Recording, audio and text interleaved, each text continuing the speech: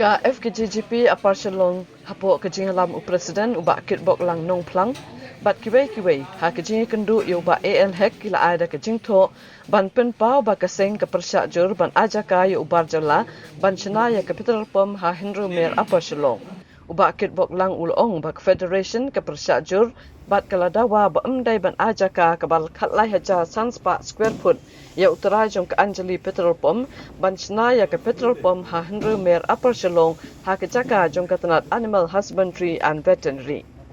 Ulaong bakaseng da lele kan amsya yu barjala banyo ya kejaka ha kejaka kabaha ba schedule area bat ulaong bakaseng kan salit ru ban bot din ya kane kakam bat katanat urban affairs kabalapan ya kejaka na katanat veterinary ban IT sya uniu barjala ha kabakila let ru ban jurip ha kasngi palai ya kane kejaka uba kit boklang ulaong bakaseng kan amsya ya ka sarkar ban ajaka yu uniu barjala ha aparchalong Henry kan amdon pat ya kejing persya lada ke sarkar ke ajaka syawai pat bantai ya ke petrol pom.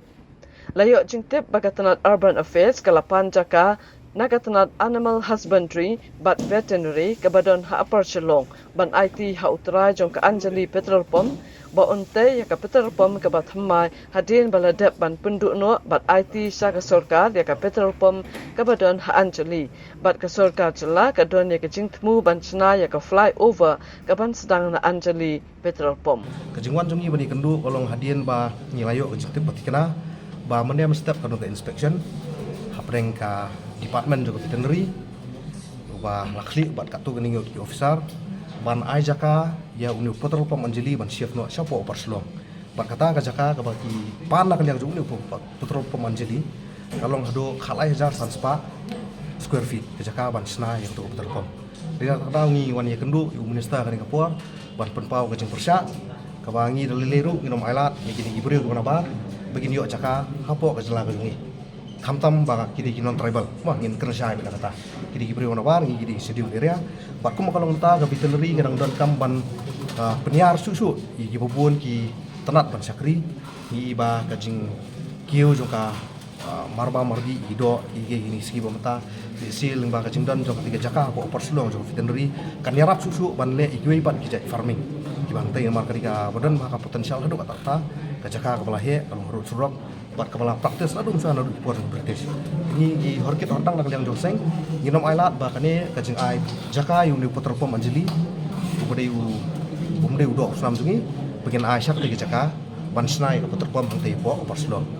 ketika tahi dia gerbana kalian jong minister ulah su ong ini ba kani kam hab bo jikbi jugu nomor report khot gilale kata tenat urban affairs ban penhe ya kata smart city